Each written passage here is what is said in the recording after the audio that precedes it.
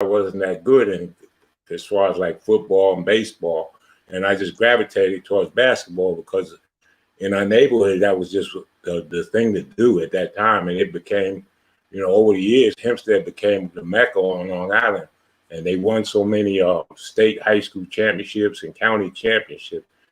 And, a lot of people that I grew up with and played with, we always shared our stories, like when we come back in the summertime for old timers games. And over the years, I had good friends that told me that, I have I guess they call it a telepathic memory or whatever, a photographic memory. And I just started collecting and compiling notes. And then all of a sudden, somebody said, you should write a book.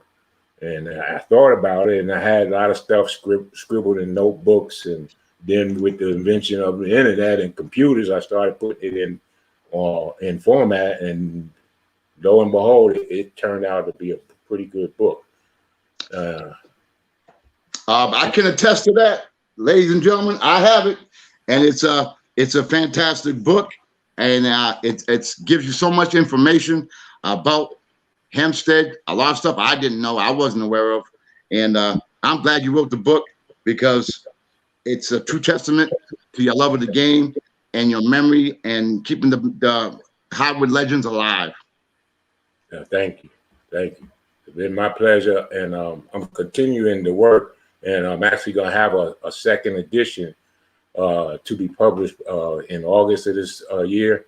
And it will be more action-packed. I have a lot of pictures because since I've started that first book, I got so much positive feedback for people who shared stories. Oh man, how could you forget me? You don't remember me. I mean, there's so many people. That history is just so vast, and my memory isn't that great that I can remember every single detail and every player. Right. But I tried as much as I could to include the older guys that I played and looked up to, the guys in my era, and then some of the younger guys. And also the women, the girls basketball program was phenomenal. And so that's what I want to capture in this second edition. Now, how can people get a hold of the first edition? The first edition is available on Amazon, or if they want a signed copy, I have about 5 hard copies left that I will autograph for you. They're also on Amazon, and they're also on a website called bookpatch.com. I want to let everybody know y'all need to get this book. It's fascinating, very informative, and if you love basketball, you will love this book. Thank you. I appreciate it. Like when I found out that, and I still am shaking right now. When I found out I was able to have Sam Jones come on the show, it brought back a lot of memories, and I felt that I needed to contact you because if there's anyone who epitomizes old school and basketball history, and then comparing you with Sam Jones and myself, I couldn't think of anyone else, to be honest with you. I couldn't think of anybody else. Yeah, I'm humble and I'm honored, man, just to be in that kind of a company. That's just, mind blowing to me because I'm just little old Ed. Everybody knows me, Ed, and it's just something I do, love of the game. And they, people always say, be good to the game, and the game in return will be good to you. And I think this is just positive proof. I definitely agree. Can you, before we have Sam come on, can you tell the viewers about any specific memories that stand out of your experiences in Hempstead, and or anything else that you were brought up in the past? Anything that stands out? I think just the love we had for it. We played on blacktop. We played in the gym. We played 7 days a week. I know that it's changed. The culture's changed, but we didn't know any better. So we played like I grew up. Maybe probably 2 or 3 years in a row. I no one told me. I didn't have personal trainers in that type situation. Mm-hmm. So I learned from the school of hard knocks. And for about 2 years, I would play ball and work out and run and ride a bike wearing ankle weights everywhere I went because I wanted to be like Julius Erving and dunk like him. Right. And it did help. It helped me to dunk, but now I'm paying for it because my knees are just it's rubbing bone on bone almost. But yeah, I mean, there was just so much the competition every day. I mean, you had to be on Saturdays. You had to be at the park at 9 o'clock when it opened. Yes. Mm-hmm. And then I think this is a true statement. Anywhere you go, once you play on that main court, if you lose, you might as well go home, or you're gonna be waiting around for a while, because those games, they played either the 21 or 15 or 32. But the losers, you're down in the next crew. They had their next crew, and unless you were really good, you might get picked up. But otherwise, you had to wait. And as well as I know, Ed, even though you out in Hempstead, I'm out here in New Bedford, Mass. Same thing. You may gain some credibility playing high school ball, but you get your main credibility in the park, on the blacktop. That's where you get your name. That's where you get your legendary status. You know what I mean? So that's what it's all about, and that's what I think it makes it such a great thing that you and I can reminisce and look at how great the game used to be played and how now it's not played as much. Due to the computer stuff, all the computer games and cell phones and iPads and knee pads and every pad you can imagine. And I think that has definitely made a negative impact on a lot of our youth today as well. Yeah, that's true. So true. And when we grew up, I mean, that was just our way of life, was just to, on the weekdays after we did our homework, and then on the weekends, we just spent our time playing ball. And there was nothing else. It kept us out of trouble, so to speak. And then we all looked at it as a vehicle or a way to, we all wanted to go to the pro, but we knew it was a vehicle. We had mentors and everything that told us, this is the path that can get you to college, get you education. And so a lot of us, we just strive to make that our journey. And I got one instance that I like to share about growing up in Hempstead. Like you say, we're a close-knit community. And we idolized Julius.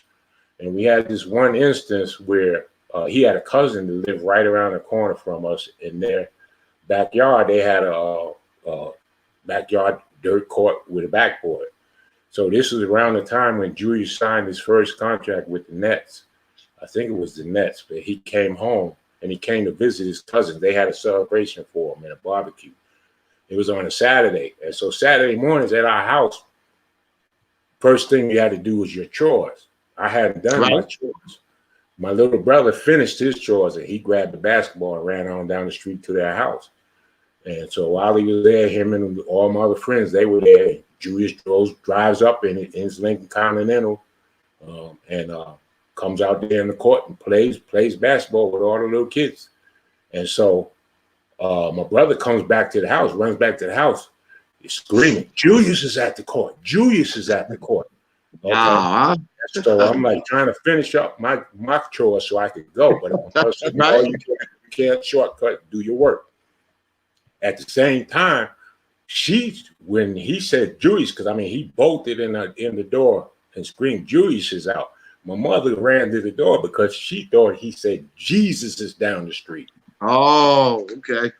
Yeah, it was a big thing, but she was like, because he just bolted into the house and it was a big commotion and everything. And then, like you said, all the other neighborhood kids were doing the same thing. They ran to get their ball so he could autograph them and then just go play with them.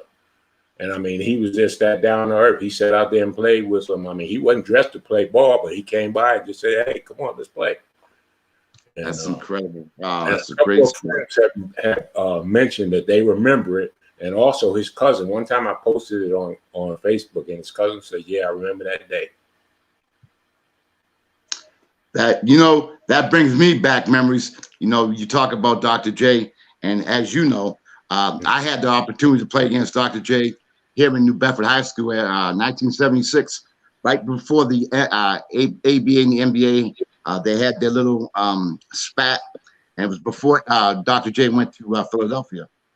He came down to New Bedford High School, and I had the opportunity to play against him. It was one-on-one. Well, really, it was one-on-none. But he put on a fantastic show. He did a 360 reverse dunk on me. That had the crowd roaring and standing ovation. And then, at the end of him putting on the show, as far as the one-on-one thing, what he did was he clapped his hands and had everybody come down in a semicircle. He had everybody come down, and he proceeded to do every single imaginable dunk you could ever imagine. Only one he didn't do was the half court, because there was too many people that couldn't do it. But he did every other dunk, and that is a memory I would cherish for the rest of my life. So when you bring up Dr. J, obviously he has a strong place in my heart. But tell folks, after you went to high school, where did you go from there? Okay, so my story too is one I use for talking to kids, because competition in Hempstead was very tough. And so my freshman year, I didn't attend in Hempstead. I went to Palmer Institute in North Carolina, and I returned, and I played JV down there. I came back to Hempstead to try out, and it was just stacked, and I didn't make it. My junior year and my senior year was the first the county championship. They won that year. I got cut. I made it to the last cut, and I played for what's called the Hempstead B Varsity, which was a team that was sponsored by the New York Nets. They used to call it the Dairy Barn League. And so we were equally as strong. And we went, I believe we were 17 or 18-1. And then Hempstead, main varsity, won the county. So we used to scrimmage against each other all the time. And that helped me. And like I said, I wasn't a strong player or anything, but I just had the will and the heart and desire to keep trying. So after college, I went to Nassau Community College, but I didn't play there. I continued to play in leagues all the time. And my sophomore year, I transferred to Livingstone College in North Carolina, so in the CIAA. So once I arrived, I had been recruited by one person, and he told me, the coach, he heard about you. We don't know enough, but we'll give you an offer. But it was a verbal. When I arrived, the coach had gotten fired at Livingstone, and so the new coach is actually Willie Porter. Rest in peace. He played with Connie Hawkins in the ABA, and he was from Winston-Salem, North Carolina, and he brought his hometown kids in, which was fair. And he offered me, gave me a fair chance. He said, "Yeah, I'll let you walk on, but my mind is made up. I'm not taking walk-ons. I have my team." It hurt. It really hurt, because that was my goal. And I called my father and told him I wanted to transfer. He said, "No, you're not." And I actually, after I saw the Winston-Salem State game, when they came to Livingstone and played, I went up and asked Big House Games. I said, "Look, I can play. They just not giving me a fair chance." It's, and he was biased against players from the North, New York, New Jersey, Philadelphia, Connecticut. He cut a whole slew of, I would say possibly 10 players during my time, 10 players from up north. The brothers north he would recruit was Washington, D.C. Wow. And so we played intramurals. The 4 years I was there, we played intramurals and, had a good time. I, kept working on my game. And after college, I played in industrial leagues for a year in North Carolina. I got to play against the Tar Heels. They have a senior team that goes and plays against teams that raise funds. And then after that year, I joined the Army. And the reason why I joined the Army, that was my last resort. But I was working with a college degree and couldn't find a decent job. I was working in mills, labor mills and cotton mills and stuff like that. And it just was tiring. And so I had a friend that worked with me, and he went to St. Augustine, played, and was in the same situation. He joined, and he came back and told me, "Man, you should come on. They play ball. You get to play, you get to tour the world. And I'm like, oh, I don't know. Yeah, I wasn't really up for it, but I made the leap, and it was the best thing for me, because like I said, places it took me, just besides my military service, basketball just had its privileges. Where every organization, I served for 23 years in the Army, but every organization, every unit that I played, I mean that I was assigned or stationed with, I played on their team. And, it was just amazing that, they would give me that kind of a privilege. And sometimes, like I say, you didn't have to go to do physical training. Sometimes you got to travel. They pay for your travel and see the world.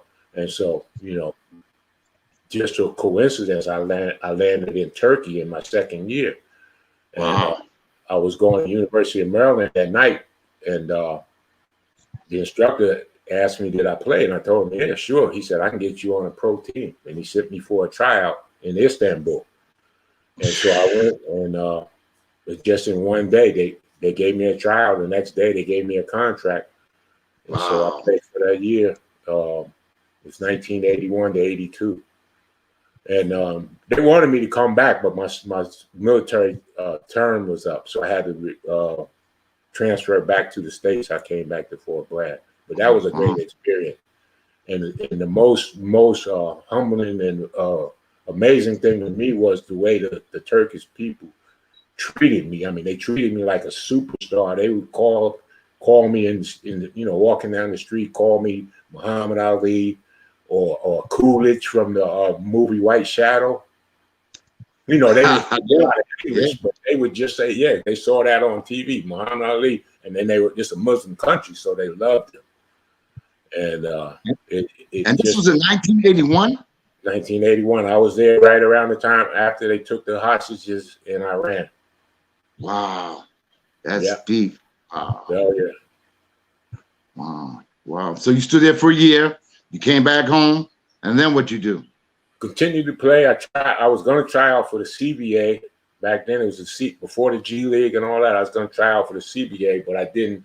And I just played on military teams, in North Carolina, South Carolina, Texas, Oklahoma, Maryland, Virginia, and D.C. So when I came to the D.C. area, I started playing for the Pentagon when Colin Powell was there.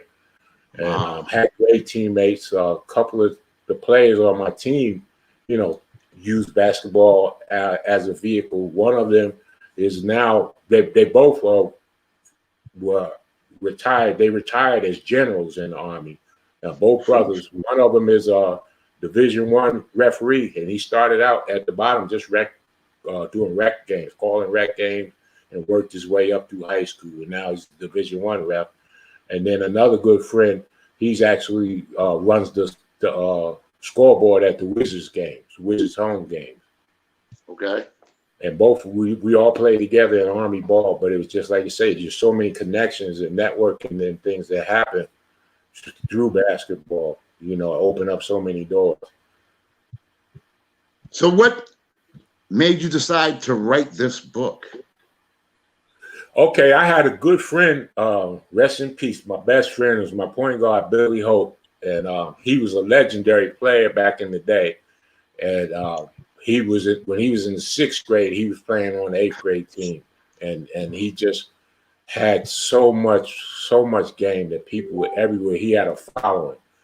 So he moved down here in Maryland, and we reconnected and started coaching boys and girls club. And then on the weekends, we sit up and have a beer and talk about old times.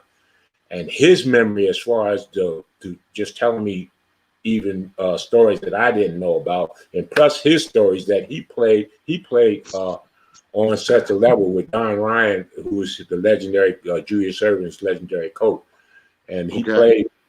Don Ryan took him, and they traveled everywhere internationally even. And he was just such a phenomenal point guard. To me, he was a clone of an Oscar Robinson and a Russell Westbrook. He had that kind of energy and intensity, and then he just had the point guard's game, the pass first point guard's game. And like I said, we talked about it, and I wanted to write a story about it. I wanted to write his story, his struggles and his trials and tribulations. And he passed before we could get it started. But I just always remembered we talked about it, named so many people that we came up with, players that impacted him, because they took him under his wing. The older guys took him under his wing. And I mean, he could come to the park late and still with somebody pick him up to play. That's how good he was. Wow. That's amazing, man. That's absolutely amazing. Yeah. And so that gave you the impetus to write the book and do what you're doing? Yes, it did. And then I think the poetry part of me came. I used to in the summertime at Hofstra University, they had an Upward Bounds and Model Cities program, and it was called Afro-American Experience. And we started. That's why I first got involved with Black history, and we studied Langston Hughes poems, and I just gravitated toward poetry. And at the same time, some of the guys from Public Enemy, Chuck D and those guys were in our classes too, because Roosevelt was the next time over. And so we all did little projects together, and that's how I kind of learned to flow with poetry. And so I thought, that would be a way for me to weave it into what I write. And it's just been a gift that I don't know where it comes from. It hit me any time of day or night. And, if somebody asks me, hey, can you write a tribute for me? I just ask them, give me a little description. And then I try to see what I can do, put it together.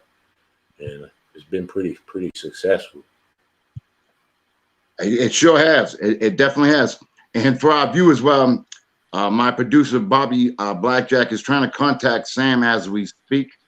I spoke to Sam earlier this afternoon, and he definitely said he was going to come on. Hopefully, we get a hold of him soon. Okay. But talking about,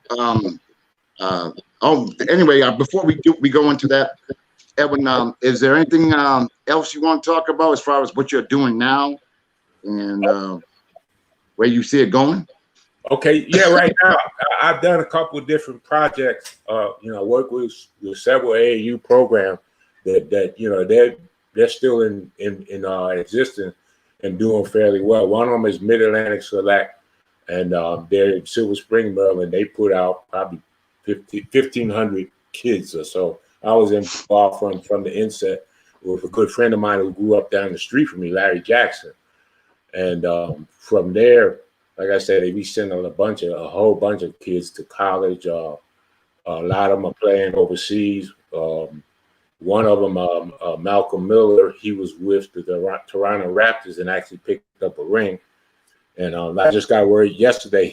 I think he's going to try out with the Wizards for the summer league. He played at Holy Cross. And then I had some other kids that, local kids, not as fortunate. We didn't go on the big circuit traveling, but locally we traveled and played, and they're doing quite well. And my current project that I'm working on is with African kids. And I just, during the pandemic, a kid from Ghana reached out to me. I don't know how he found me, I guess just doing Google searches. And reached out to me and asked me, could I help him? He was 14 at the time. He's 16 now, and 6'5". His work ethic is off the chart. And he would send me video of what he was doing to try to improve his game, and ask me for pointers. And sometimes we would message back and forth. Sometimes we could get a video call in, and I would share YouTube videos trying to help him improve his game. And I kept the file of what he's done. And if you see his shooting form, how we were able to work and tweak his shooting form to right now, he has a legitimate jump shot. And I think he's going to play college ball somewhere. And I helped get him on the Ghana national. He actually made the Ghana national team this past summer. And so from there, the coach made some calls.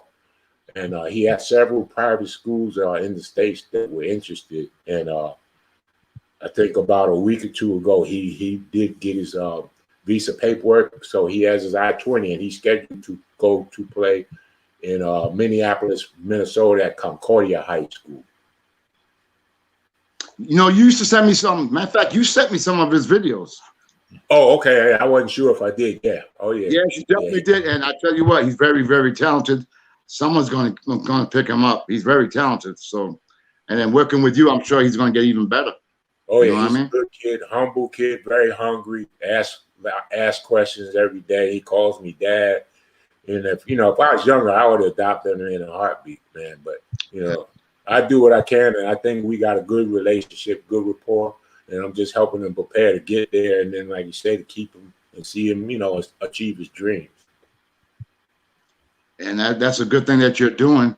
And you also coach a little bit as well. Am I correct? Yeah, I coach. I'm coached with Mount Vernon High School, and my friend Dennis Murphy brought me on. He's the head coach. We were together at St. John's in D.C., and we coached the freshman team there that was very successful. And most of the time when kids go to private schools, they got the mindset they got to play varsity, right away to make it to college. And we just had that deep of a program, so we had four of our starters actually played, trusted the process, played that year freshman, played a year JV, and then went and played the 2 years of varsity. And 4 of those starters actually got Division I scholarships. That is outstanding, outstanding, outstanding. So you said you've worked on your first book and you're working on your second one. Yes. When do you think that'll be out? Hopefully in August. I'm trying to, because the other thing is I got a third book in a third book. Yeah, I got a third book in the percolator on a crock pot. I'm trying to get it together. And this one's called, I think it's going to be more. It's more for kids, but I'm working on making it into a comic book sort of edition. But it's going to teach kids about shooting, and because the game has changed. Everybody wants to shoot threes, but there's just so much that they're putting the cart in front of the horse. And I just wanted to try to help kids and work on, starting slow, starting close inside shots, work your way out, that type of thing. Work on your footwork, work on your release, that type of stuff. Work on your different techniques. And even teaching kids how to know when you miss left or right or short or long, Right.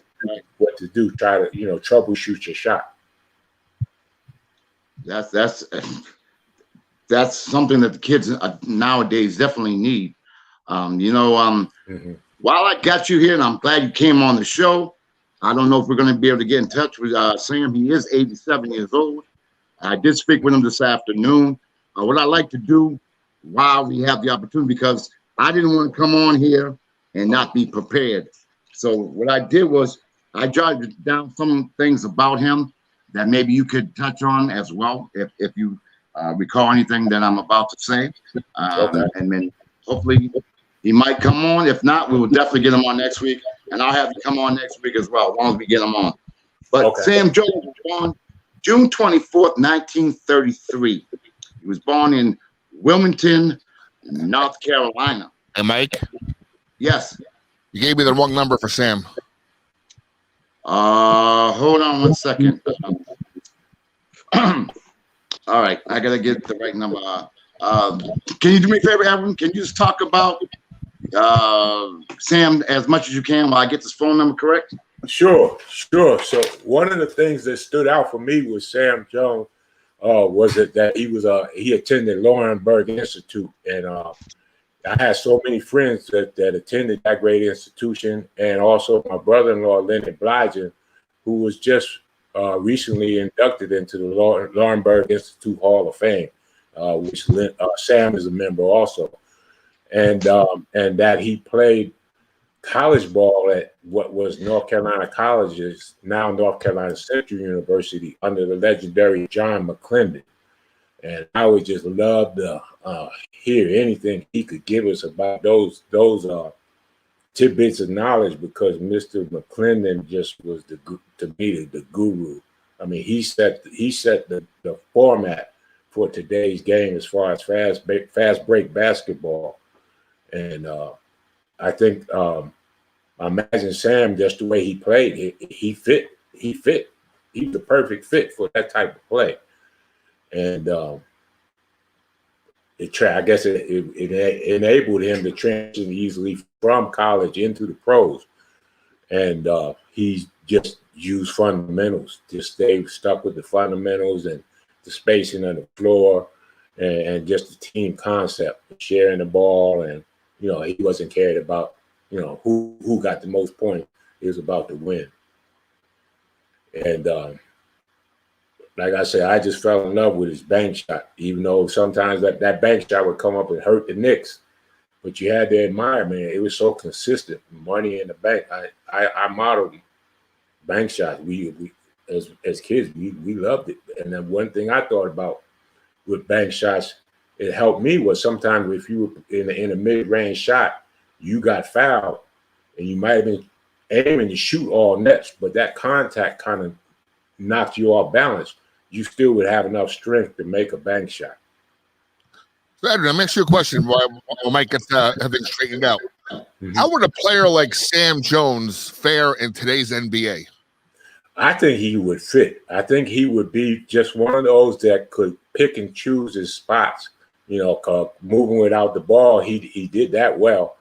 And like you said, he could probably give you 15 and 20 a game just in today's spread offenses, because he could get to the wings, get to the elbow, get to the corner, and he didn't. He's not ball hungry. He doesn't have to have the ball. The ball doesn't stick with him, and so he would look for those shots, and then if he didn't have them, he passed and moved to the next spot.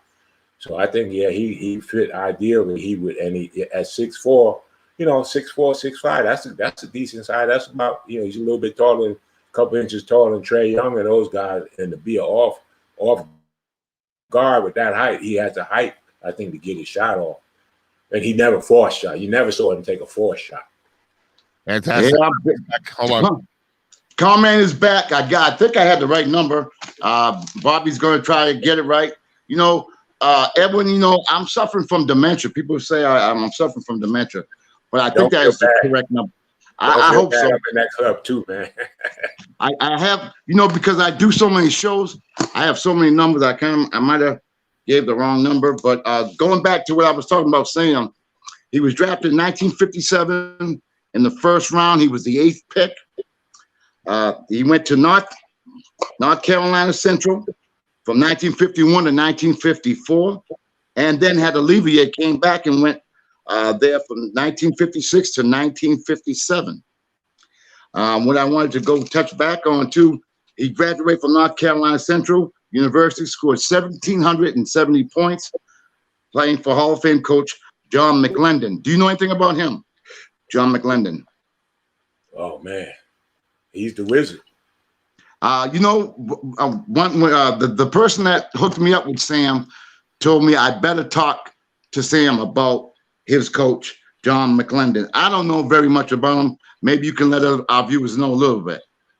Okay, so from what I've read, and I've seen a couple of videos about him though, but he was a student of Dr. Naismith, and he actually sought out Dr.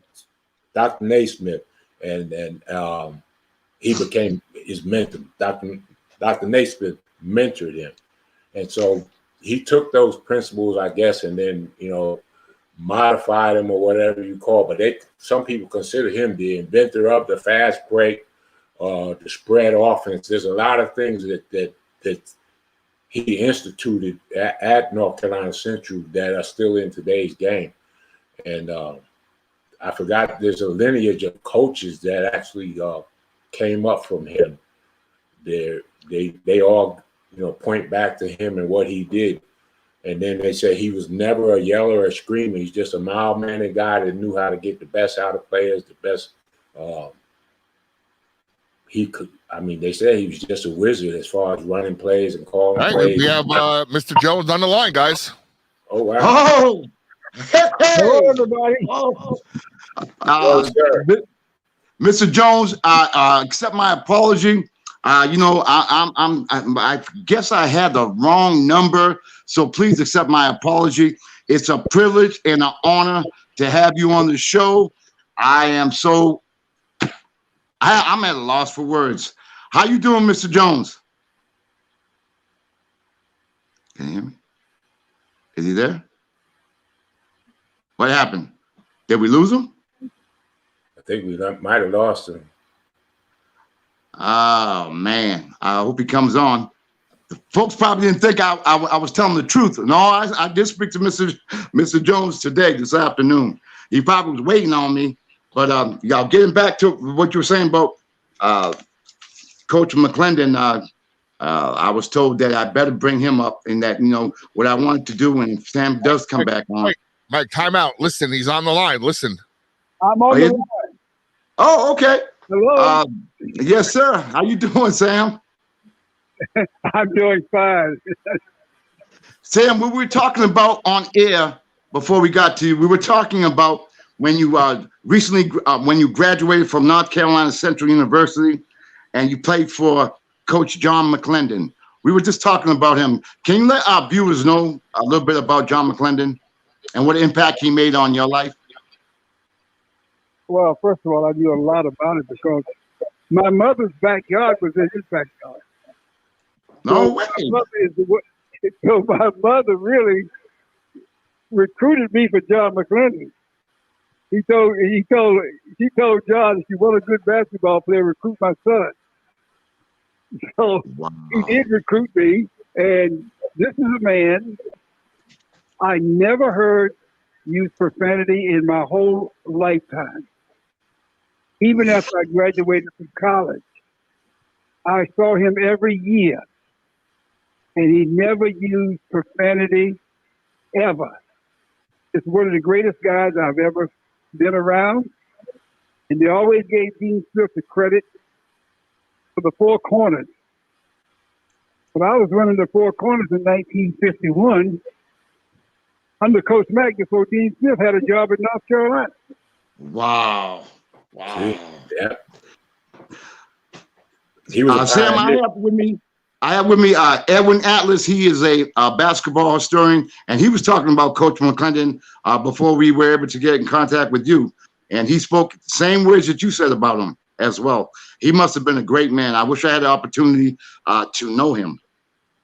Well, I'm glad I had the opportunity because he was one of the most pleasant person I've ever met in my life. And I'm glad that he recruited me because I was thinking about going to another school.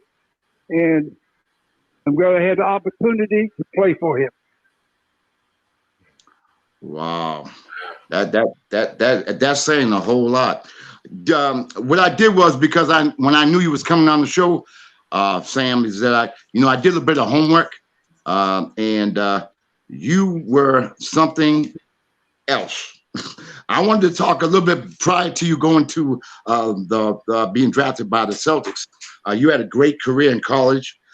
You had scored like 1,770 points, and playing for Coach John McClendon. You also played. You got drafted in 1957, first round. You was the 8th pick. You have the second most NBA championships behind Bill Russell. You are only one of 3 Boston Celtics to be part of the Celtics' 8 consecutive championships. And it goes on and on and on. You produced 4 consecutive seasons, averaging 20 points or better. At the time, you owned the 4th best single game scoring output, 51 points versus the Detroit Pistons on October 29, 1965. You scored 2,909 points in 100. Check this out, Ed, 154 playoff games, averaging about 18.9, which was 15th best in history. Sam, I mean, you were known as the shooter. You was known as Mr. Backboard. What I wanted to do, Sam, when I get you on, also the fact is, the same day that Red Auerbach named Bill Russell as head coach was the day you got drafted. Isn't that unbelievable? Oh, I didn't realize that myself. I did my homework, Sam. I'm glad to know that. But you listen, make sure I have that date again, okay? Oh, that is something else. Now, what I want to ask you, because Sam, I always say I'm a basketball historian, and I always talk about the Celtics in the late 50s and the early 60s, and the trials and tribulations you guys had to go through. Playing in the NBA, playing with mostly an all-black team, and how you guys were not really welcomed in hotels and restaurants. Can you touch a little bit about that? I can touch a lot about that. First of all, well, that's kind of why I wanted you on the show, to let the people know what you guys did and sacrificed for the players of today. Yeah, well, truthfully, first of all, we was the first team to not play in a game because of segregation. We went to Kentucky, play in the Adolph Rupp Arena. Adolph Rupp was the great coach at Kentucky, and he said he would never recruit a black player to play on his team. But we were supposed to play in his arena, which I did not want to play. And so something happened in Kentucky, Lexington. I went downstairs to eat along with Pat Sanders, and the lady says, we can't serve you in the dining room, even though we were staying in the hotel. So I told Seth, I'm going home. I'm not going to play this game. So I was going upstairs to pack my bag, and the elevator opened, and there was Bill Russell and Casey Jones. And they saw the look on my face, and they said, "What's wrong?" I said, "I'm going home." And he asked me for what, and I said, "Well, we can't eat here, but we can stay here. So I'm not going to play." So Russell says, "Well, let's go talk to Red." And seeing Russell being the elder statesman, we went to Red's room, and he saw four disgusted black faces. Didn't know what was wrong because this had never happened before.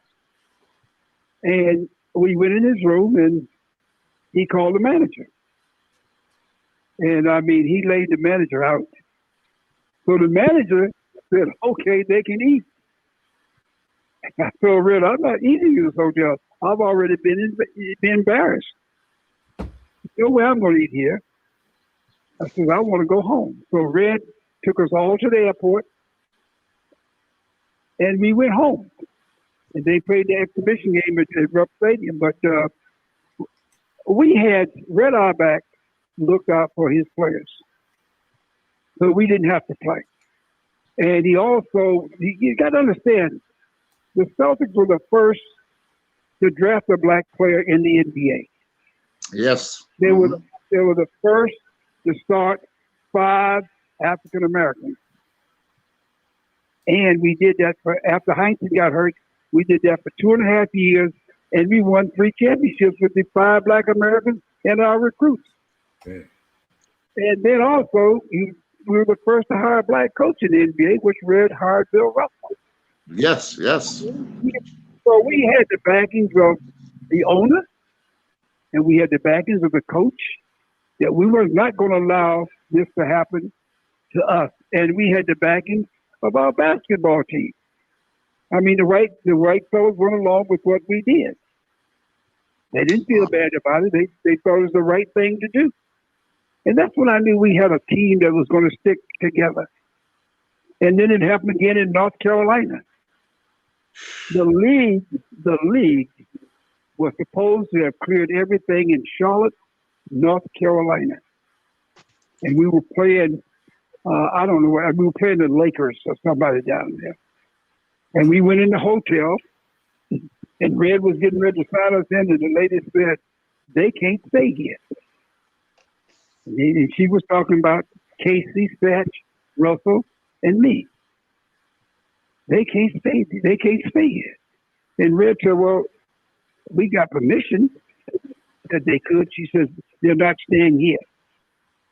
And so these are the things that happen with us. We had to deal with it. And then we're the team who went on the strike to get our pension.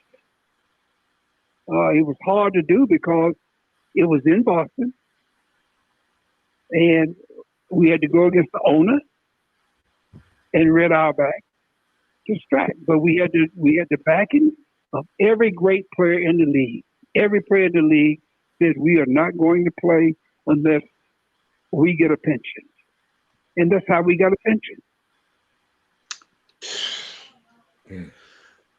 These are the things that I want people to know. I know about it because I did my homework. I did my research. I know about that, and it's sad that you guys had to go through all that. And you know, I'm so proud of you and the Celtics and everyone during that era to go through what they went through. And the players of today should definitely honor you guys for all you guys have done for us. And I just want to thank you from the bottom of my heart.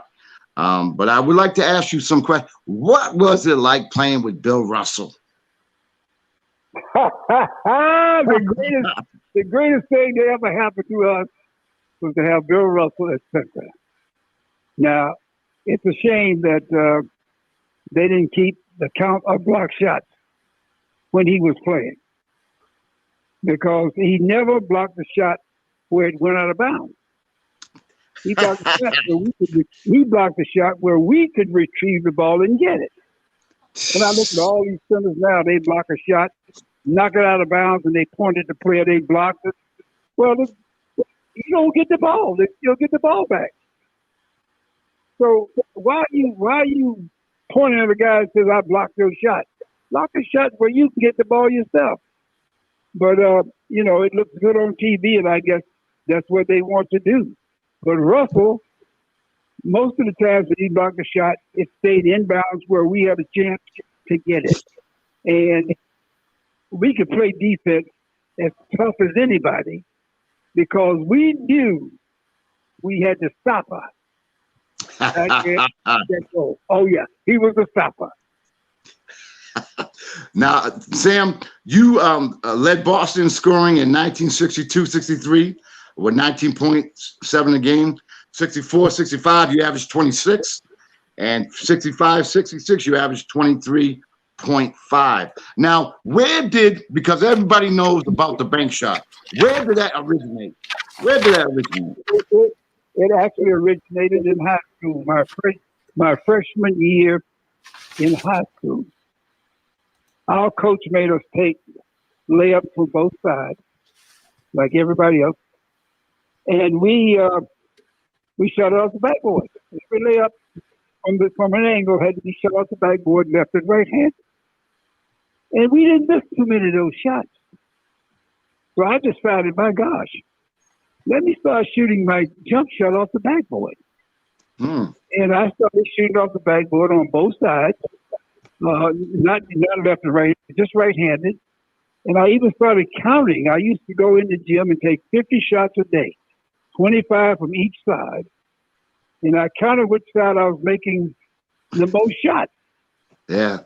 Well, it came out about even.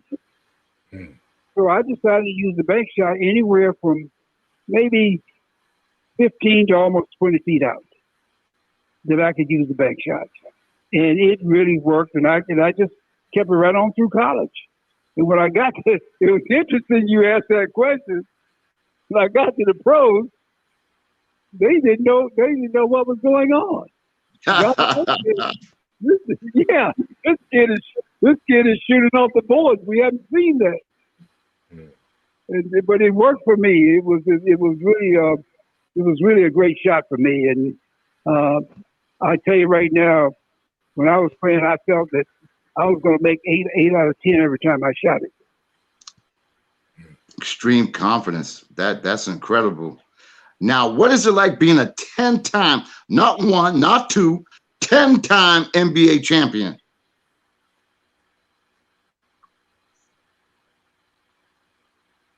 Can you hear me? Repeat. Sam, Go back. Repeat that. I said, what is it like being a 10-time NBA champion? Well, we didn't know what we were accomplishing at that particular time. We were having fun, and we were winning. And it never dawned on me, even after we won 8 straight championships. In my 9 years, I had gone to 9. In my first 9 years, I had gone to 9 NBA finals. Yeah, and we lost. We lost my first year, and then we went on to win 8 straight NBA finals. And then the 10th year, we lost to Philadelphia with Will Chamberlain. They had a great team. In the next 2 years, we won. So in 12 years that I played, I went to 11 NBA finals and we won 10 of those. That's great. That is for not, Sam. I'm at a loss for words, man. And you know, unfortunately, Sam, we don't have much time. Unfortunately, because of my mistake, I would love to have you back on. But before we have to go, I want to ask you, what is your fondest memory of Mike, being a Celtic? Keep going, Mike. Keep going. Keep going. Oh, okay, great. Thank you, Bob. What is your fondest memory of being a Celtic?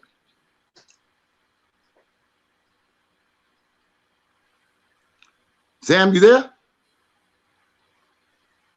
Is he there? I don't know if we lost him. Wow. I got it. But what a career. Hopefully we get him back. I think we're going to get him back. I hope. Yeah, He's there. He's there. my fondest memory.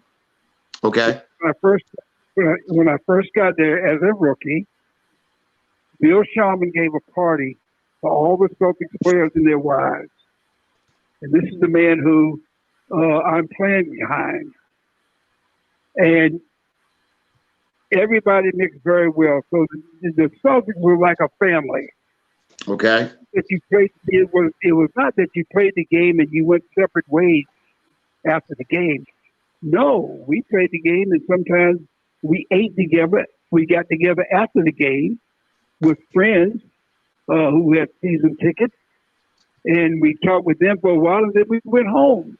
But we had things that we did together. The wives had things that they did together, and things that we all did together. So it was, the Celtics was like a family, and that was really my fondest memories. Ed, you have any questions for Sam? Yeah, I want to go back to the bank shot, Sam. It's an honor just to be here and ask you these questions. But I was a kid growing up as a Knicks fan and used to watch you just punish us with shot after shot after shot. And I just was wondering, were these plays called for you, or did you just pick and choose when you were going to just pull that trigger? No, I had to buy. Yeah, I'd like to tell you. Listen to this. On the Celtics team, I had the one at the number one play. We call out number one. I had the 1C, which was the one cut, and I had the 1B, which meant back door. Oh wow! I had the 2, the 20. The 20 with a 0 meant outside. The 21 was inside like an eye. Oh. I had the 4 and 44. So I had about 6 or 7 plays that I could call that you're not going to stop. Man. You're not going to. No, you see, it's all in timing. It's all in execution, and that's what we had. Wow. Another question I want to ask. Oh, go ahead, Sam. I don't mean to interrupt you. No. So if you got hot, they're going to keep calling your play, and that's what we did. That's what they did.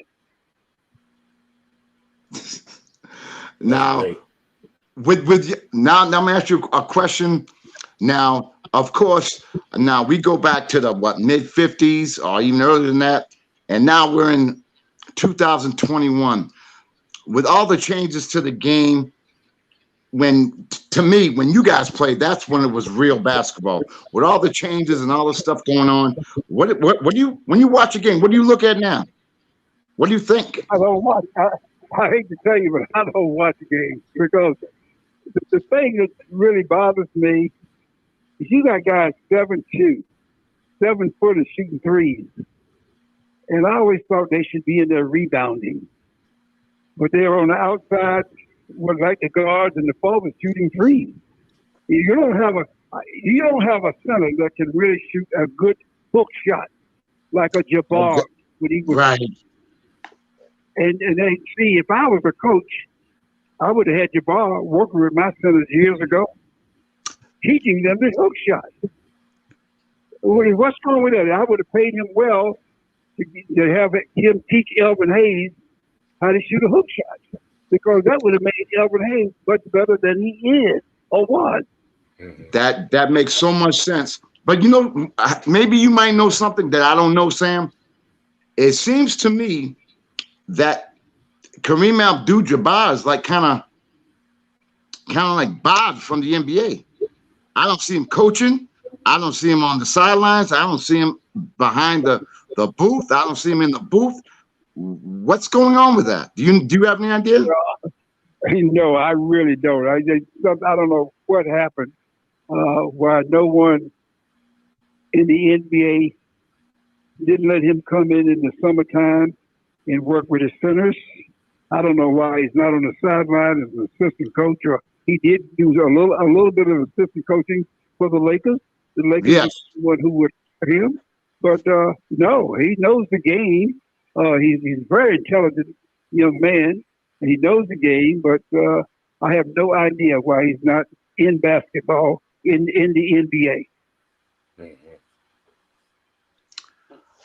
To me, that would have been prerequisite for me. I would have had him teaching the big man all the moves, the sky hook, which is unstoppable. And if you can perfect that, I would think that all these coaches would immediately know that and try to use Kareem to better their players, better their centers, better the big man. And when you played, Sam, the big man played like big man. You know, they did. You take Will Chamberlain, Nate Thurman. Yes, my man Nate.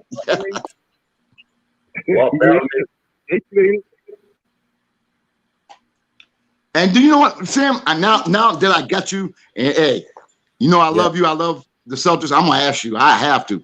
You know what they say? They say, well, you know something. The reason why Chamberlain and Russell dominated the way they did because the big men weren't that good back in the day.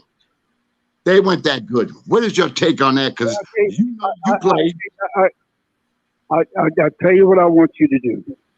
And tell all your fans who are listening, go back and check Wilt Chamberlain's record. Check Wilt Chamberlain's record.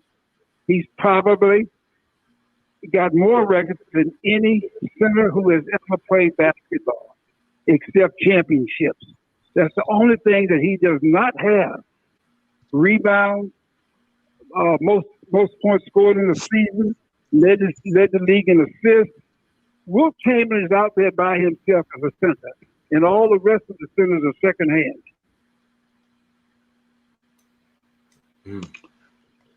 And another point I wanted to make too, as well as, and again, you can definitely, lay some light on that. Is they said, because this is what I go through when I give my spiel about how great, because I used to always talk about how old school is better than new school. So I get a lot of the younger generation, debating with me on why and how the athletes of today are better and they're more established. But what I resort to, they also said, well, back then there were like only 8 or 9 teams in the NBA, and now they're 30. What would you say to them about that? What you mean about athletes being better? No, I'm talking about as far as when you played, there was like only 8 or 9 teams in the NBA. Now there's 30. Well, first first of all, when I ended up, we had about 14 teams when I ended. But the thing that I say to most of these new players, you may not have had a chance to play if you That's a good comeback. So I'm gonna use that one. That's a good comeback because there weren't that many teams. There weren't not that many spots. So they took the best of the best. Yeah, they got 30 teams now, so there's no opportunity, which I'm very fond of. But one thing they do have that we did not have. I never flew first class, nor did the Boston Celtic, nor did the coach fly first class. We flew with regular passengers. Wow. We didn't have a place to sit. Listen to this. We trained at a YMCA during the season. Wow. And then we very seldom we trained in the Boston Garden because the Bruins, you see, most of the teams that played back then belonged to ice hockey. Detroit, New York, Philadelphia, Boston, they were all ice hockey teams. Minnesota. So they got all the places belonged to the hockey team. So they had the place where we played, the arena, the same arena. So we practiced at YMCA. And when they get ready today, when they get ready to leave, they can leave anytime they want to.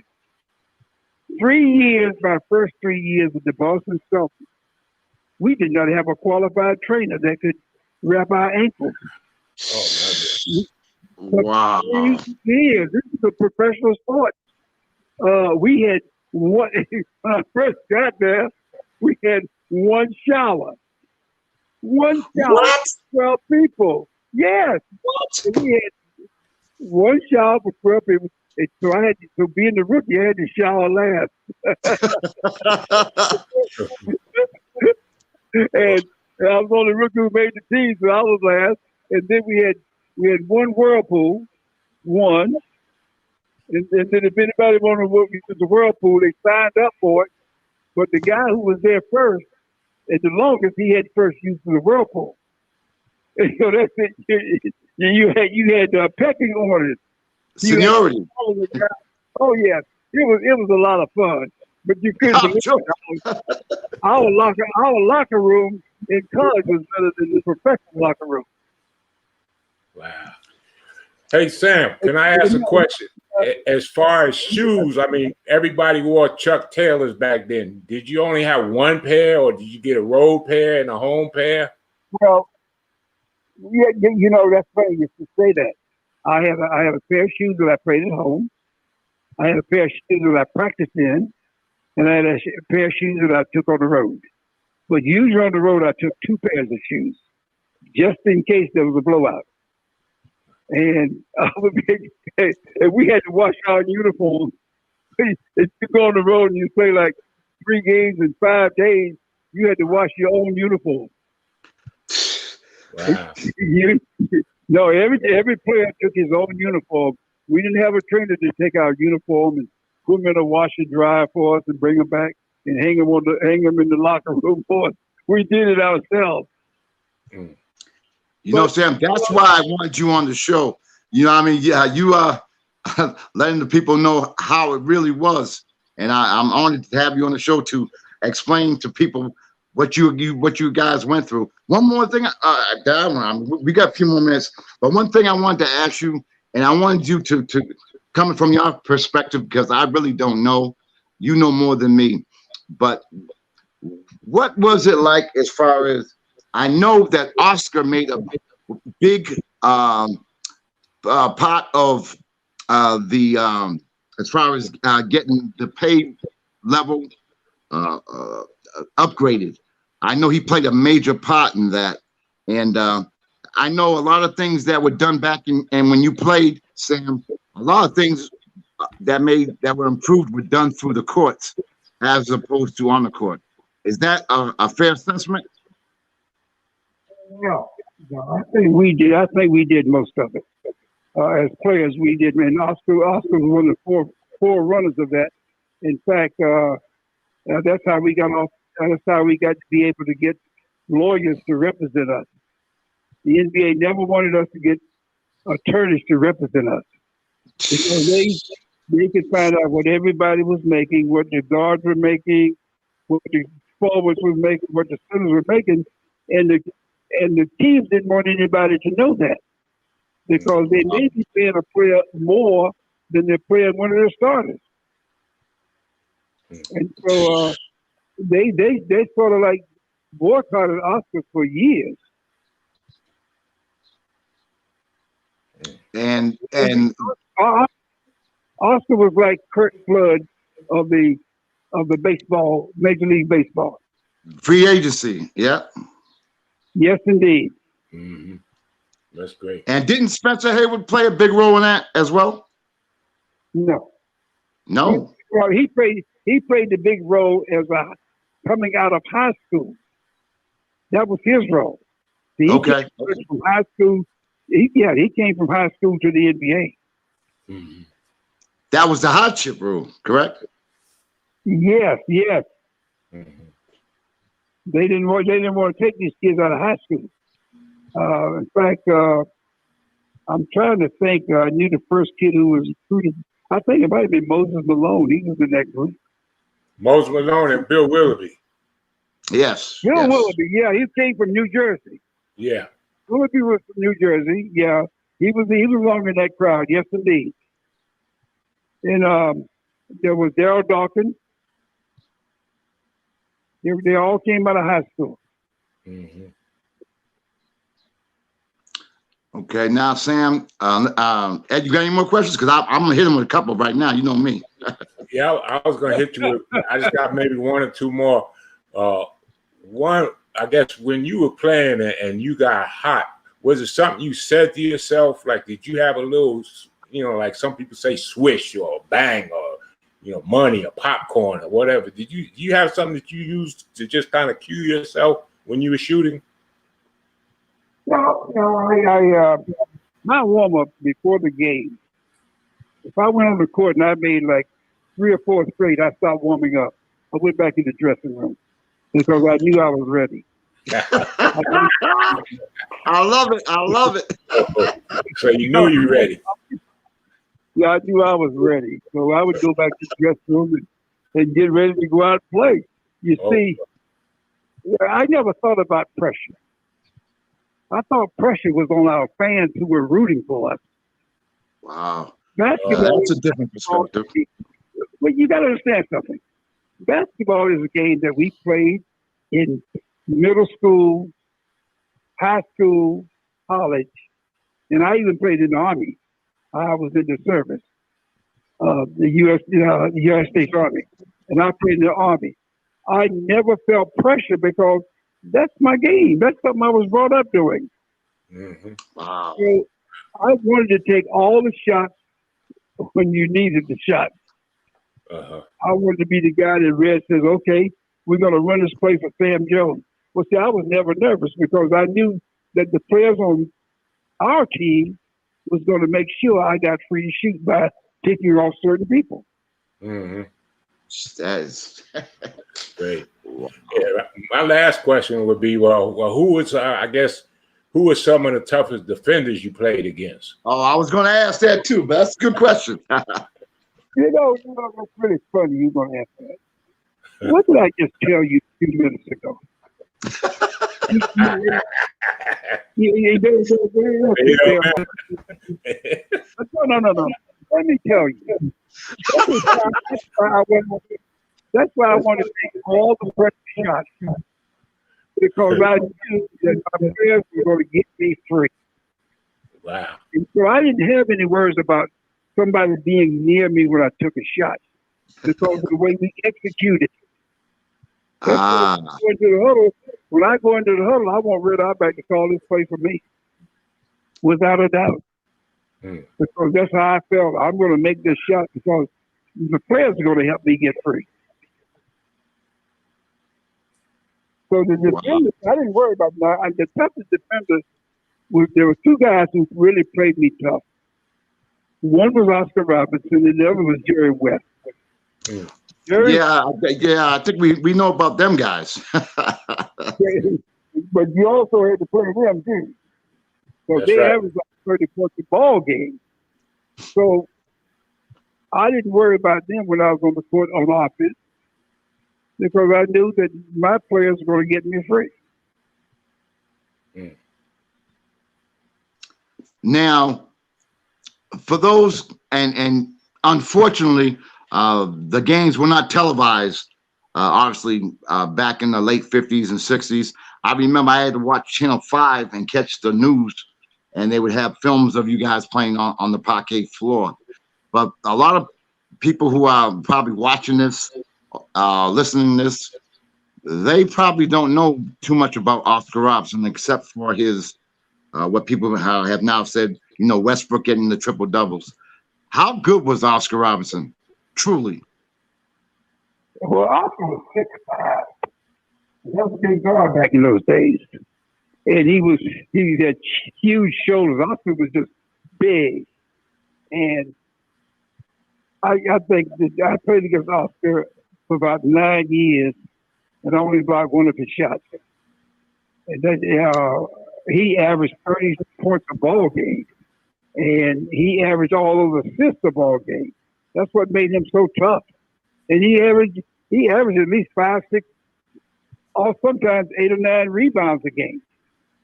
So he was in the big three of all things. That's how good he was at that particular time. Wow, that's. And you got to understand something. This is really funny to me. These players today travel when they want to travel. Mm-hmm. They're playing. They're on their own plane. We travel, like I told you. I played 12 years and never flew first class. Not Bill Russell didn't fly first class. Red Auerbach, the coach, didn't fly first class. Well, these kids today got their own planes.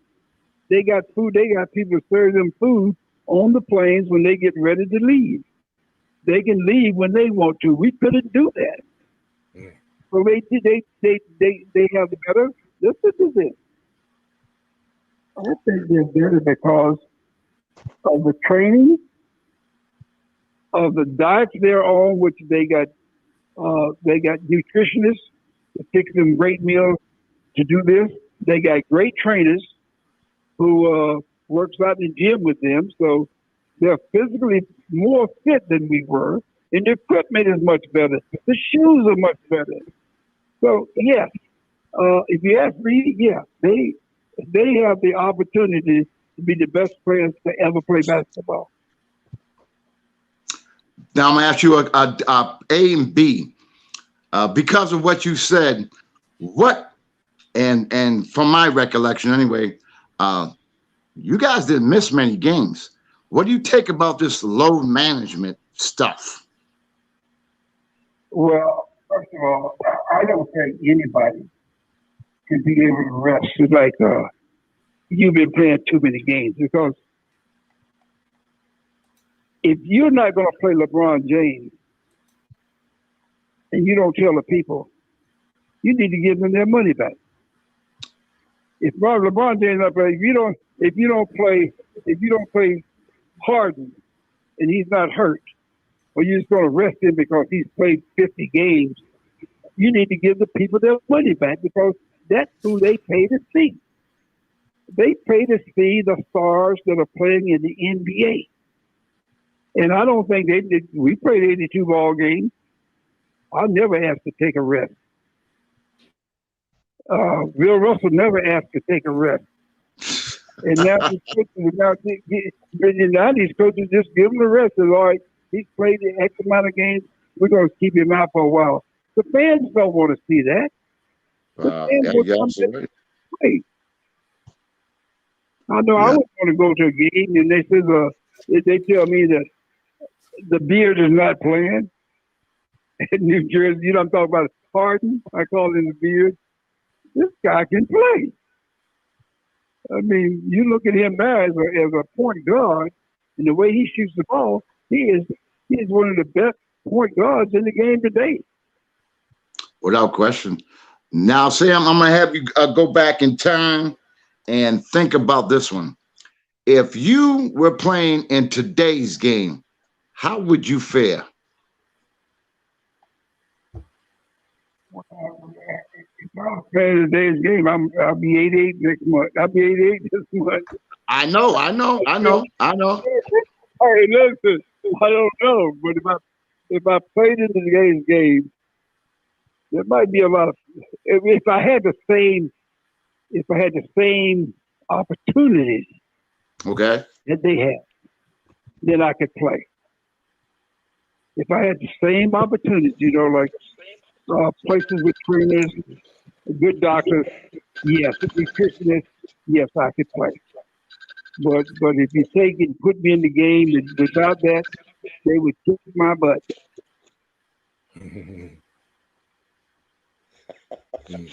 That is phenomenal. Sam,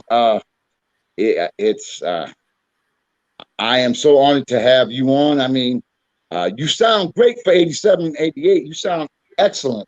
Number one. I'll be 88 the 24th of this month. Happy birthday early. Yes, definitely happy birthday. Sam, let me ask you a question. Is there anything, I've been asking you questions, Ed's been asking you questions. Is there anything that we asked or we didn't ask that you might want to express or talk about or say? Because, something, this is about you. You got to understand, you didn't ask about Bill Russell competing against Wilt Chamberlain. When you talk about, if you go further, you talk about Bird, Larry Bird, and you talk about Magic Johnson competing against others. And then you talk about Jordan when he was playing, who he had to compete against. So you try to compare players. I compare eras.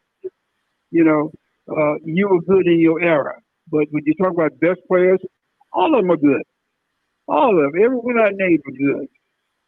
So I won't compare Russell with Chamberlain because they both were good.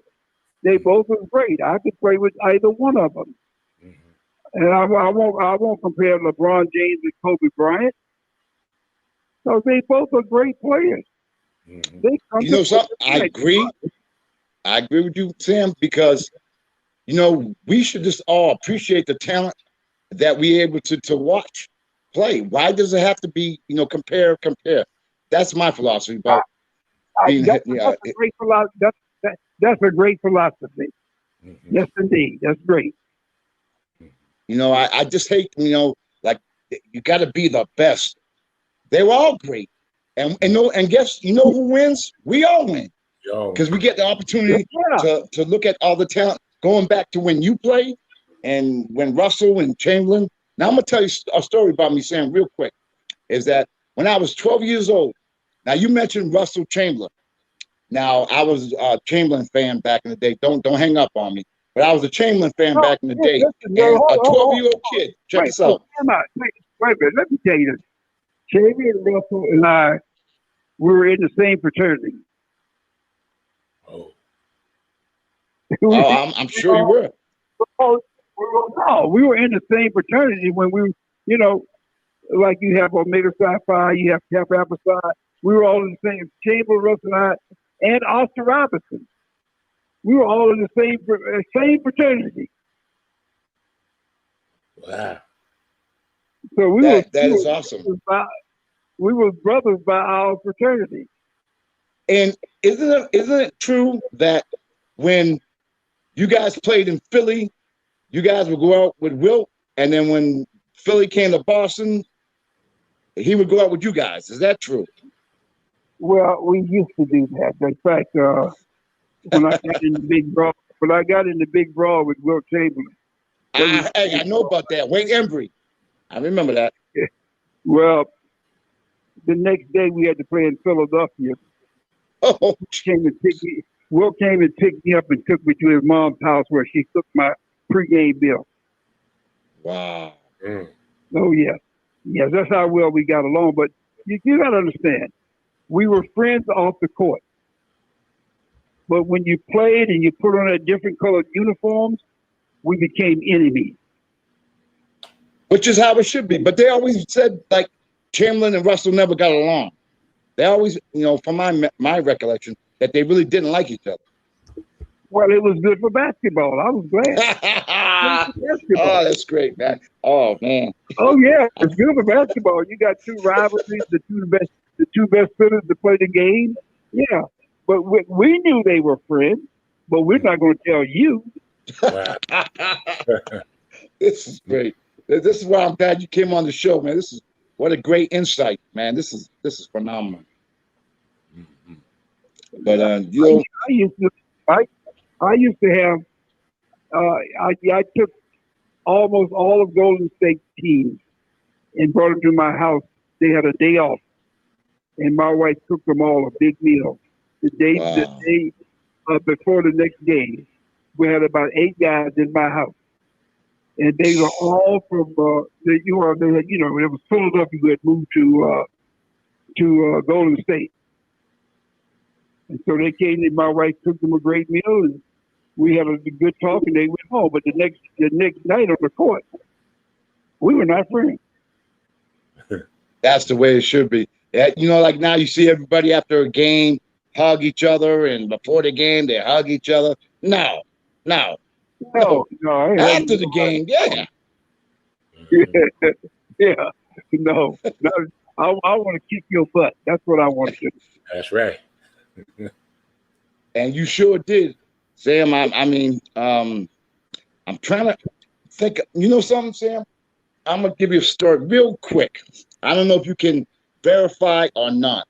I'm from New Bedford, Mass, and I know for a fact that a guy by the name of Manny Costa brought Bob Cousy to this place called Monty Playground.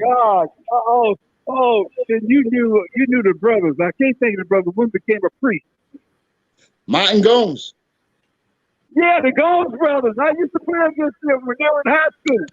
Now Sam, see now, wait till you hear this one, Sam.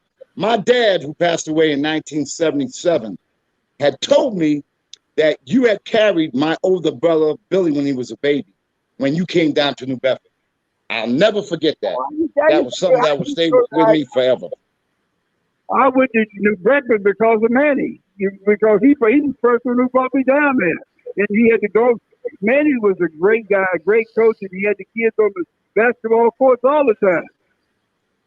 That's my mentor. That's why I do what I do now. It's because of him. I believe that. Yeah, he was just a wonderful man. Wow. Oh my God, this is a small world. Ain't it? You know that. Wow. Hey, you made my day when you came on. Now you made my day even more special. You know what I mean? That's awesome, man. That's phenomenal, man. I don't know what else to say. I'm just honored to have you on my show, and it's been a real joy and a pleasure. And I kind of want to touch on one more thing, as far as, and you're gonna have to clear things up because I may be wrong. I might have said something out of line, and I want you to correct me if I'm wrong. But I had started to praise Chris Paul because him being the president of the Players Association, him, LeBron, and a lot of the, I guess, the leaders of the NBA made it a point to do something regarding the players who played in the past, who have, come up with financial difficulties, whether it be through injury or sickness or health, and about them making sure that, the people who were there before them were compensated to a point where they could, survive. Those individuals who, blood, sweat, and tears, and then, they ran into some hard times. Can you speak on that for me, please? Of course I can. LeBron James and Chris Paul and all those who were on that committee, they did something for every past player. In fact, I've had a pension all my life from the NBA, but they even put us on the collective bargaining where we got even more money from the NBA And then they did insurance where if you play 10 years, you don't pay anything. If you play 9 years, you pay a small portion, but it's very small. So they did it in terms of years that you played in the league. And they also did the payment for the years they played in the league. And so my insurance is zero. I pay nothing. That's awesome. You don't believe how much that saves you. A lot of money during the year, especially when you get my age. And then they put the kids on. If you have kids, they put them on up until they're 26 years old, which is great because now they're on the insurance while they're in college, and then they got 3 years after they get out of college, still on the insurance of the NBA plan. And the other thing that they put in that my kids didn't have an opportunity, but my grandkids did. Right. They put in scholarships for kids if you write in the David Bushel and the Earl Lord Scholarship. I had 7 grandkids to graduate from college, which they did not have to pay any money back because it was all done by the NBA Players Association and the Retired Players Association. You know, and they talk bad about LeBron. He's this, he's that. You know, a lot of people don't know what you just stated. A lot of people don't know about that. What Chris Paul and, you know, it's crazy. Them guys have done something really phenomenal that should have been done a long time ago, and it's a tribute to them. You know, to respect the game, respect all you guys who set the standard, who sacrifice so much, so these guys can make millions and billions of dollars, and it's a great thing that, you know, they looked out for the people who made the game what it is, and I you know, that's where I come from, Sam.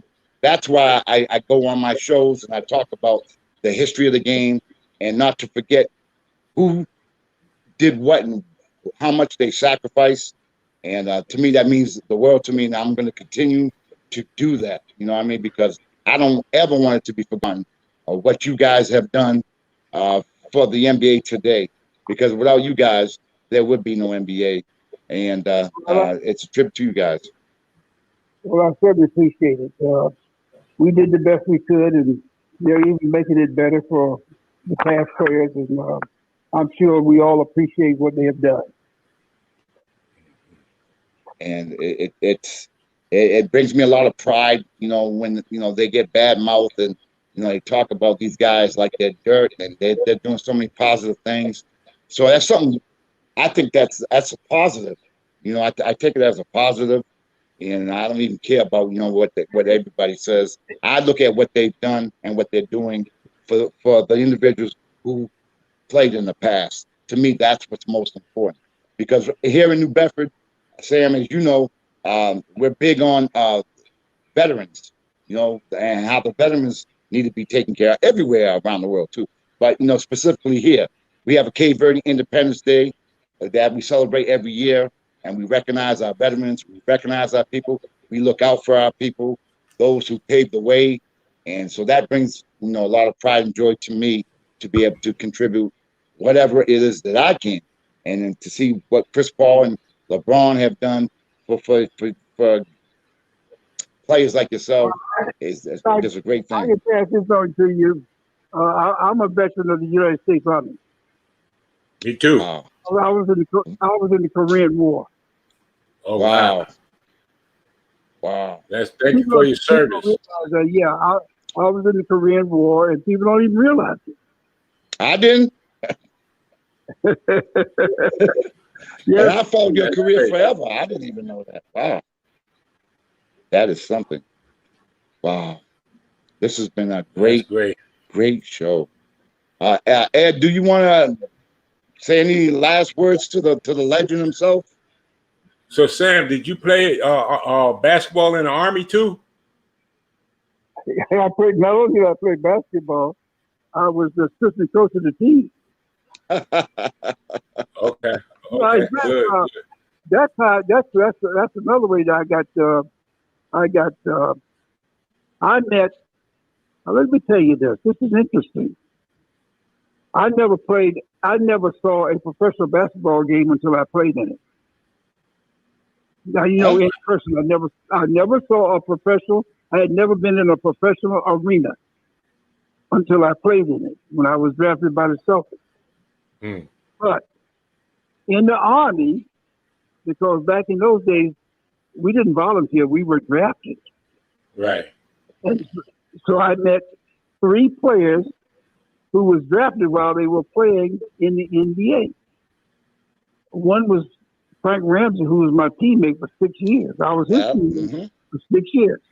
Mm-hmm. The other was Al Bianchi, who played with Syracuse, and Bobby Leonard, who just passed about a year ago, who played with what's that? Bobby Leonard. He played for the Minneapolis Lakers. Mm. And so Bobby Leonard was the one who asked me that I should play professional basketball because I didn't know who he was. Mm. And so he got me interested. I'm gonna tell you this, fellas. You may not know this, but when I was in the Army after that tournament, I was drafted by the Minneapolis Lakers, and I had another year to go in college. So when I went back to college, my name went back in the hat. And that's how Boston got me. Oh. Wow. But the Lakers were the first draft pick. Wow. Mm. Wow. That is great. Wow. Another thing, you can understand something.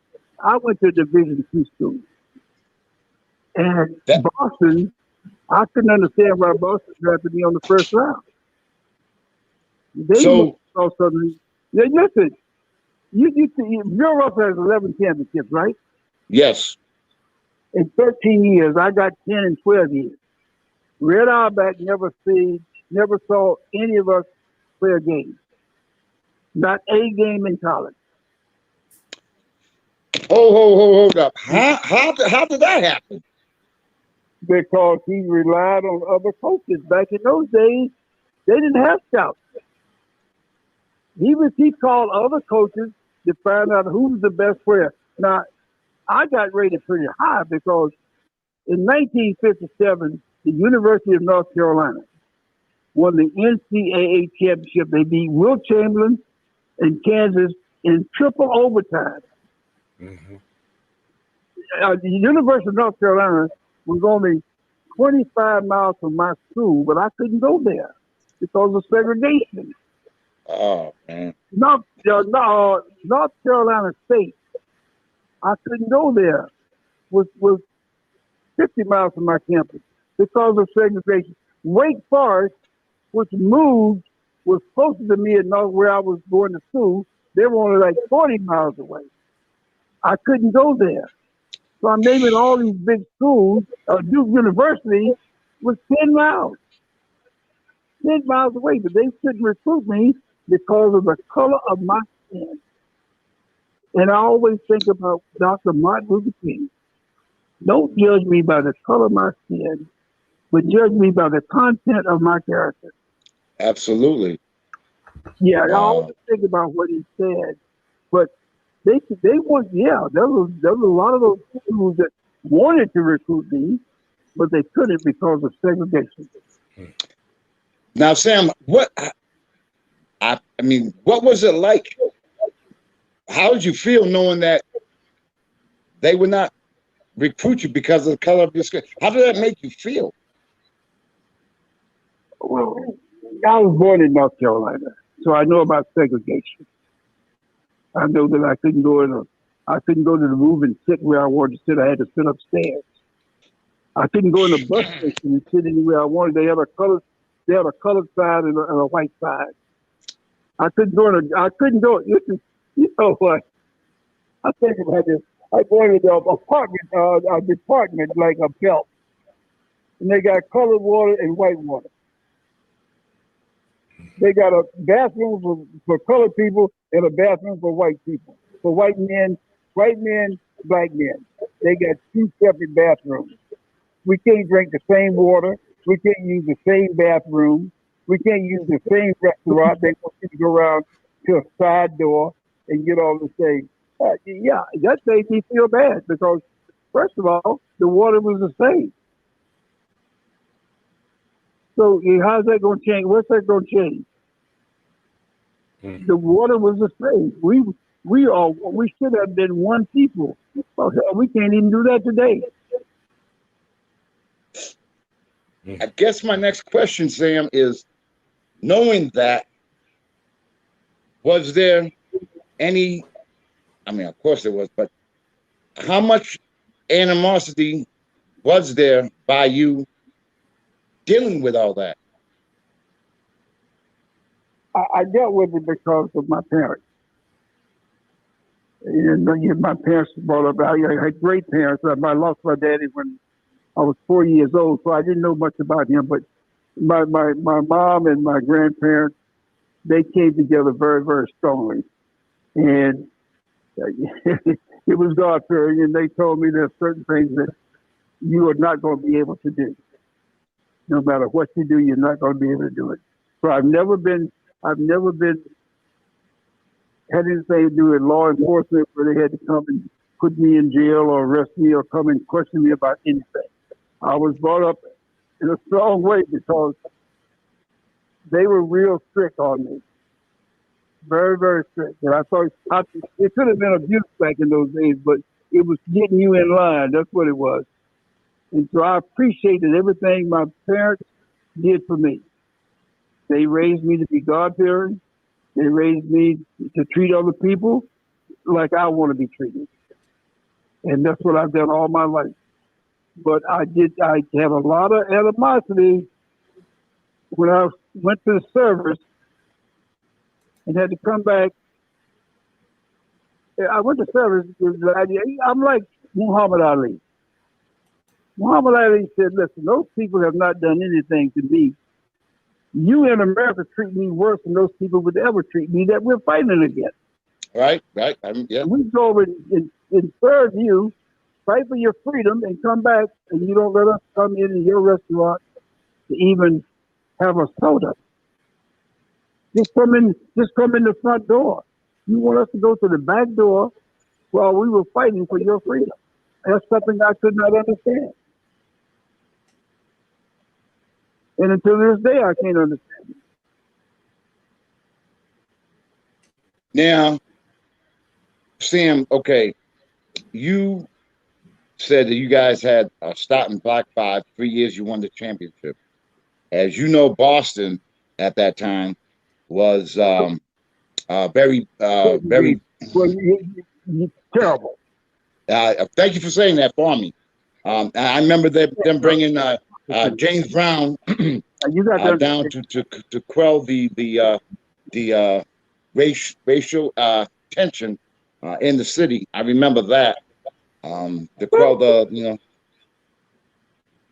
that. So, how did you guys, your teammates, being all black in Boston, and then the things that I heard happened? I don't know if they happened to you, Sam, but I know what happened to Bill Russell. And how did you guys survive? You have a survival instinct. You're born with those, I guess. Number one is that you got to realize that in Boston at a particular time, you had 4 different ethnic groups.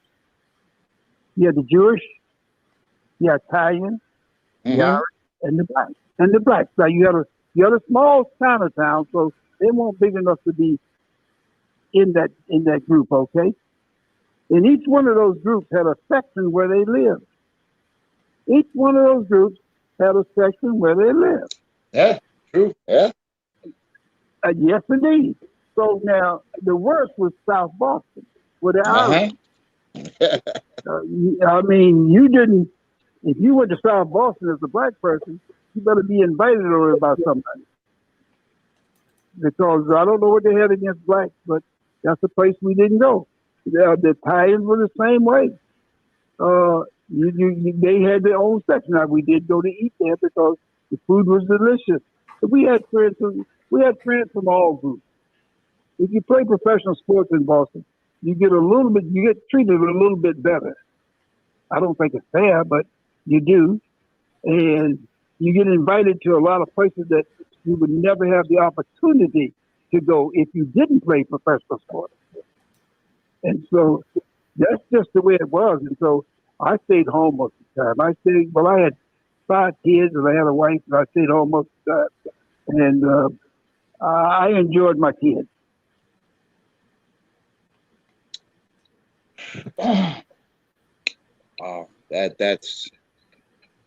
That's how it was. You know, that's how it was, and it's a tribute to you guys to go ahead. You're right. That's how it was. You're right.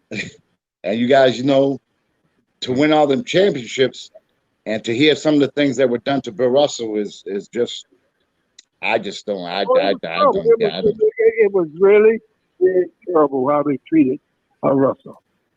Terrible. Now I'm gonna tell you this. I moved to a place in Sharon. I wanted my kids to get a great education. That's the one thing I always thought. And they did. I went to a place called Sharon, Massachusetts.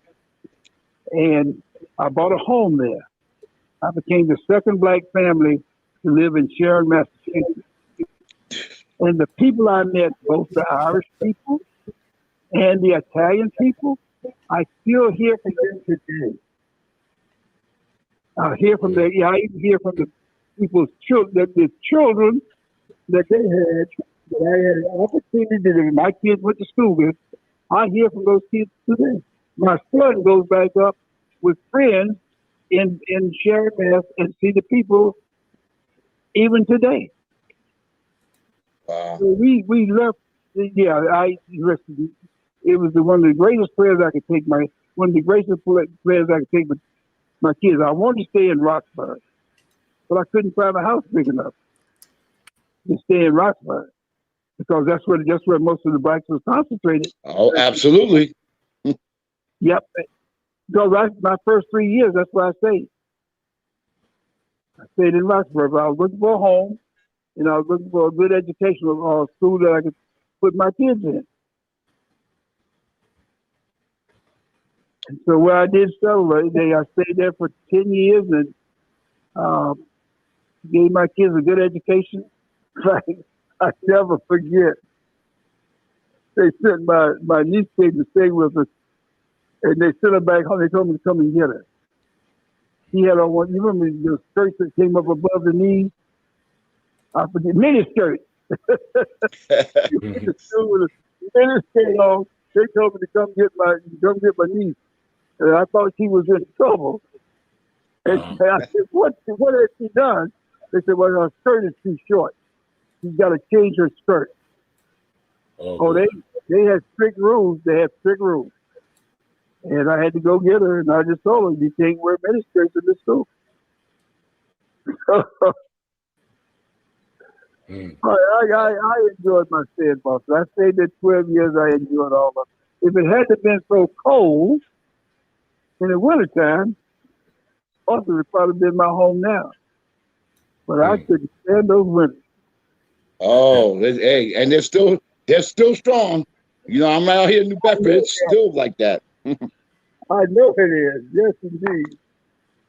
Sam Newsom, there's a guy that came down, and I know you know who I'm talking about because, you know, a lot of Celtics used to come by my house. I don't know why, but Sash Sanders came by, Paul Silas came by, and there was another guy that came by right across the street on the corner, and you're going to know who I'm talking about. But he came in, and he was a little, I'll say a little different. He was more like he was from the ghetto type thing. And I'll mention his name, and you'll know exactly who I'm talking about. His name was Adi Williams. You know, he passed away. I talked to Artie. Artie was from California. Yeah, Artie passed. He played guard. Oh, I didn't know that. I'm sorry. Yeah, sorry to hear that. I think Artie was living, I think, in San Diego when that's where I was talking to him from. Artie Williams, yes. I sure do. But he was a nice person. We used to, did we used to call him Hambone? Yes, yes. Yeah, that's the one. Yeah. No, he was really a nice person. Yeah, he was. I have fond memories of him. Yeah, but he had come down also. So Are you? Wait a minute. Where are you in New Bedford now? yes, absolutely. Yeah. Well, you know what? Years ago, I used to go to the Whaling Museum, which was in New Bedford. Yes. Oh, it's big now. It's big Yeah. time now. Oh, Oh, they've really? grown Oh, tremendously. God, it's a small world. It sure is. I didn't know. I didn't know that yet. Whaling City's doing well. It's doing very well. You know, I did a fundraiser for Manny Costa for 13 years. That was my mentor. I did that for 13 years, and we were responsible for naming the street after him as well. And you know, he's someone that we'll never forget. So, and you just mentioned it. Manny deserved everything that he got. Manny was one wonderful person and did a lot for the youth down in New Bedford. Yes, he did. Yes, he did. That's my guy. That's my guy. Well, Sam, you know, we taking up enough of your time, and I could talk to you. Matter of fact, you're lucky I'm not sitting in your house because we could go for days. You know what I mean?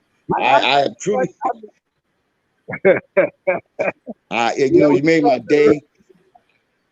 I want to thank you, and I wish you a happy birthday. My birthday's tomorrow. So is Ed's.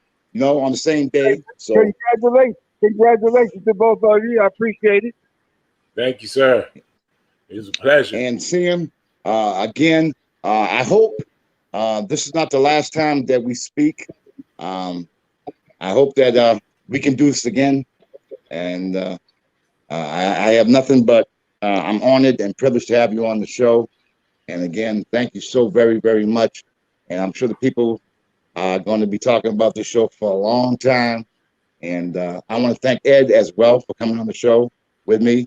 And to me, this is a blessing. And I've done a lot of shows, Sam, but this by far is the most meaningful one for me. And I want to thank you from the bottom of my heart for coming on my show. Well, thank you for having me. I really appreciate it. It brings back fond memories during my career. Thank you. Ed, you got, matter of fact, Ed doesn't even, Ed, you can't stop him from talking. He's even quiet right now. Oh, man, yeah. I just sitting here in awe, man, because like you said, you share so many different tidbits and inside stuff like they used to have on the NBA inside stuff. This was good, really good material. Well, thank you. I appreciate it. Folks, you know who else was? You ever heard of Daddy Grace? Danny Green? You ever heard of Daddy Grace? Oh, the church. Well, he was down near New Bedford. Yes, he was. Hey, Sam, you sure you didn't live out here, man? You know all the right people. Daddy Grace Church, of course. Oh, we got to talk off air. We need to talk off air, Sam. Oh, yes, indeed. Daddy Grace. Yes, indeed. I think it used to be when they came from Portugal. I think his family was the Grace or the Gracia or something like that. Yeah, that's true. That's true. Oh yeah. I think I think they came from. Listen, I think they came from Cape Verde. They did. Cape Verde Islands, yes. Cape Verde Islands. Yeah. That's what I am. I'm Cape Verdean. Yes, right. That's right. That's where they came from. And you know what? I went to Cape Verde to find out. What? Wow. I did? I took my wife to Cape Verde. It sits right between Africa and Portugal. And yes.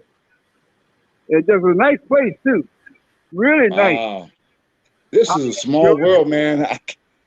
Boston Celtics, New Bedford, Cape Verde Islands. This is a hell of a conversation, man. Well, yeah, listen. I speak almost every day to one of my friends. His father was a good friend of mine. His name was Pina. His name was Ed Pina. And they lived down by Hyannis. And I speak to his son almost 4 times a week. Really? Yeah. In fact, I'm supposed to go down there this summer, but I don't think I'm going to be able to make it. In fact, you know Ippolito, right? Yes, I do. He's the one that. All right. Ippolito works at the golf club. And the golf club that Ippolito works, my godson is the supervisor of the golf course. Wow. Yes, indeed. It's a small world, man. It sure is. Yeah, your guy John, he's got a big event this Sunday with the Doug Flutie Band and the brothers, and there are going to be some former Celtics there and some former Patriots there as well. It's on the 13th. I would definitely be there supporting John and all the folks, Doug Flutie and his band, and I'm definitely going to be there as well. But yeah, you brought back some memories, man. Daddy Grace, Manny Costa. Wow, what a small world. Yes, indeed. Man, I tell you, I really enjoyed the time when he was living. I used to go down and see Manny, and I just had a good time with him. Manny and I, we stayed in touch with each other before he died. Yeah, I didn't know that. Wow. Yes, indeed. That's good to know, because I stay in touch with his daughter, and I got to tell her. Matter of fact, as soon as I get off with you, I'm gonna text her or call her, his daughter, and let them know she's gonna be very, very happy. She's gonna be very, very happy. Please do. I appreciate that. I will definitely do that. Well, Sam, I've taken up enough of your time. I want to thank you again for coming on my show, and I'm sure we're gonna have who knows how many viewers are gonna be watching this. And I want to thank you so much for coming on the show and giving us some wisdom. And as I said again, I'm gonna touch base with you off air, but I'm going to thank Ed for coming on as well, making the show very special. And I want to thank my man Bobby Blackjack for allowing us to do the show on Blackjack TV and extending it as long as he has. That shows you, Sam, how much he loves you as well. For the show to extend, even though I made a mistake giving him the wrong number. But anyway, I want to thank everyone for tuning in. I want to thank Sam. I want to thank Ed. And please stay safe, stay blessed. And you all have a great night. Thank you for watching. Please tune in next week as well. Have a great night. God bless all of you. Thank you so much. God bless you, Sam. Okay, you too. God bless you. Bye. Y'all happy birthday too. Happy birthday.